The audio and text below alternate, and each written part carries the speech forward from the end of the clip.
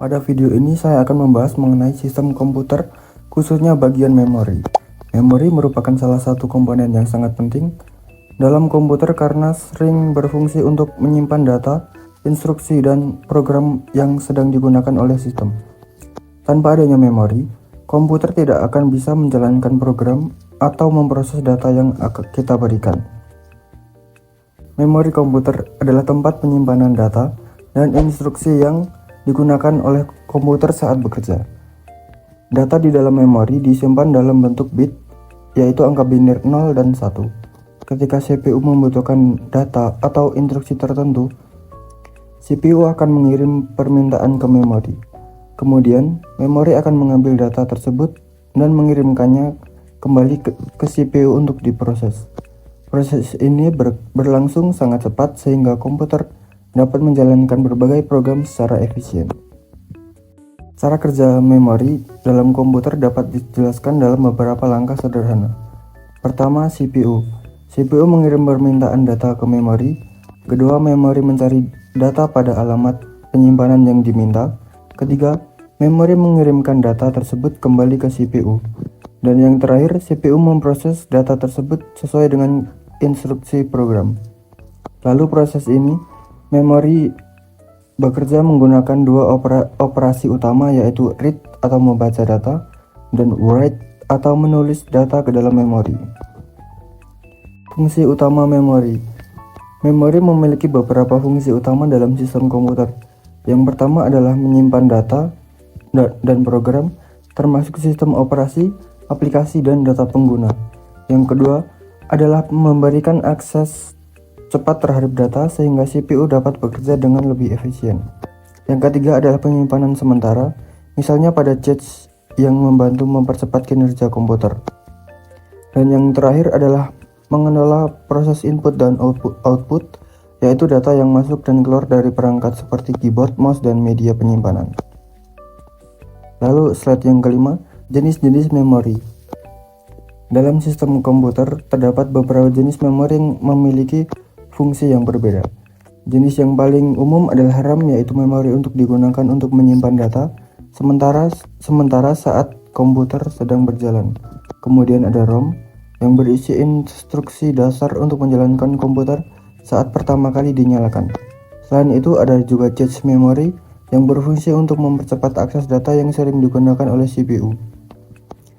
Kemudian flash memory yang biasanya digunakan pada perangkat penyimpanan seperti USB atau SSD.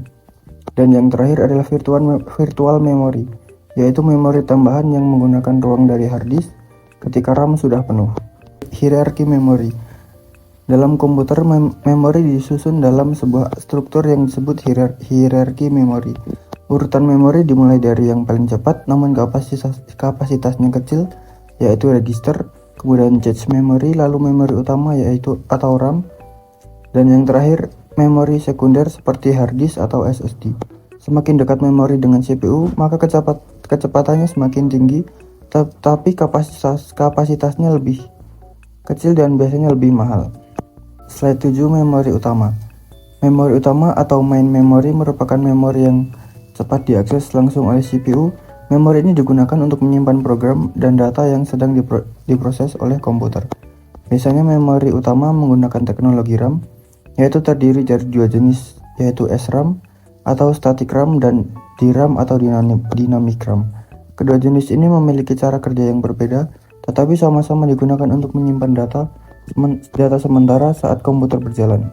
Slide 8, pengalamatan memori. Dalam komputer, setiap lokasi memori memiliki alamat tertentu yang digunakan oleh CPU untuk mengakses data. Besarnya jumlah alamat memori yang tergantung pada jumlah bit yang digunakan oleh sistem komputer. Sebagai contoh, komputer dengan 16 bit addressing dapat mengakses sekitar 64.000 lokasi memori, sedangkan komputer dengan 32 bit addressing dapat mengakses hingga 4 gigabit memori. Slide 9, transfer data memori. Proses transfer data antar CPU dan memori menggunakan dua register penting. Yang pertama adalah memory address register atau MAR yang berfungsi menyimpan alamat memori yang akan diakses. Yang kedua adalah Memory Data Register atau MDR yang berfungsi menyimpan data yang sedang dibaca atau ditulis ke memori. Proses ini dikontrol oleh sinyal seperti read, write, dan memory function complete. Slide 10, Locality of Reference. Efektivitas penggunaan memori biasanya dipengaruhi oleh konsep yang disebut locality of reference. Konsep ini terdiri dari dua jenis. Yang pertama adalah temporal locality, yaitu kemungkinan sebuah instruksi yang baru saja dijalankan atau digunakan kembali dapat dalam waktu terdekat. Yang kedua adalah spatial locality, yaitu kemungkinan instruksi yang berada dekat dengan alamat yang sedang diakses juga akan digunakan. Slide 11, Virtual Memory dan TLB. Ketika kapasitas RAM tidak cukup untuk menjalankan program, sistem operasi dapat menggunakan teknologi yang disebut virtual memory. Virtual memory memanfaatkan sebagian ruang pada hard disk untuk digunakan sebagai RAM tambahan. Selain itu, terdapat juga TLB atau Translation Located Buffer, yaitu memori khusus yang digunakan untuk mempercepat proses transaksi alamat dari virtual address ke physical address. Jadi di sini aku akan menjelaskan materi minggu ke-13 bagian sistem, input dan output dalam organisasi dan arsitektur komputer. Oke, arsitektur input dan output adalah jembatan antara sistem komputer dengan dunia luar. Mari kita mulai ke chapter 1. Nah, di chapter 1 ini kita akan membahas mengapa sih kita butuh modul input dan output. Mungkin kita akan bertanya-tanya, kenapa perangkat seperti keyboard atau printer tidak langsung dihubungkan saja ke CPU? Ada dua alasan teknis utama nih. Yang pertama, kecepatan transfer data perangkat eksternal biasanya jauh lebih lambat daripada CPU dan RAM. Yang kedua, peripheral sering menggunakan format data dan panjang kata yang berbeda dengan komputer tempatnya dipasang. Oleh karena itu, kita butuh modul input dan output sebagai perantara. Lalu, di chapter kedua ini, kita akan membahas klasifikasi perangkat eksternal. Perangkat eksternal yang kita gunakan sehari-hari secara luas digolongkan ke dalam 3 kategori. Yang pertama ada human readable, perangkat yang berkomunikasi langsung dengan manusia seperti layar, printer, dan keyboard. Lalu ada machine readable, perangkat yang berkomunikasi dengan peralatan mesin, contohnya seperti disk magnetik, sensor, dan aktuator. Lalu yang terakhir ada communication, perangkat untuk berkomunikasi jarak jauh seperti modem dan kartu jaringan atau juga NIC. Lanjut ke chapter ketiga. Di chapter ketiga ini kita akan membahas fungsi dan struktur modul input dan output. Modul input dan output memiliki fungsi krusial untuk mengkoordinasikan lalu lintas data antara sumber daya internal dan eksternal. Fungsinya meliputi kontrol dan pengaturan waktu, komunikasi dengan CPU, buffering data agar kecepatan seimbang, hingga deteksi kesalahan. Secara fisik, modul ini terhubung ke CPU dan memori melalui sistem bus, dan memiliki link data khusus ke setiap peripheral yang dikelolanya. Oke, lanjut ke chapter keempat. Di sini kita akan membahas teknik input dan output terprogram. Secara mendasar, ada 3 teknik input dan output, yaitu input-output terprogram, interrupt driven, dan direct memory access. Pada bagian saya akan membedah teknik pertama, yaitu input-output terprogram. Dalam teknik ini, CPU memegang kendali penuh atas operasi input-output. Seperti CPU itu mengirimkan perintah baca atau tulis ke modul. Lalu CPU kemudian harus menunggu modul input-output menyelesaikan operasinya. Masalahnya, teknik ini membuang waktu CPU secara sia-sia hanya untuk menunggu perangkat yang lambat. Oke, kita akan lanjut ke chapter kelima, yaitu membahas tentang pemetaan dan perintah input-output. Untuk mengenal setiap perangkat, CPU memberikan pengenal unik atau alamat. Ada 2 cara pemetaan alamat nih. Yang pertama, memory mapped input-output.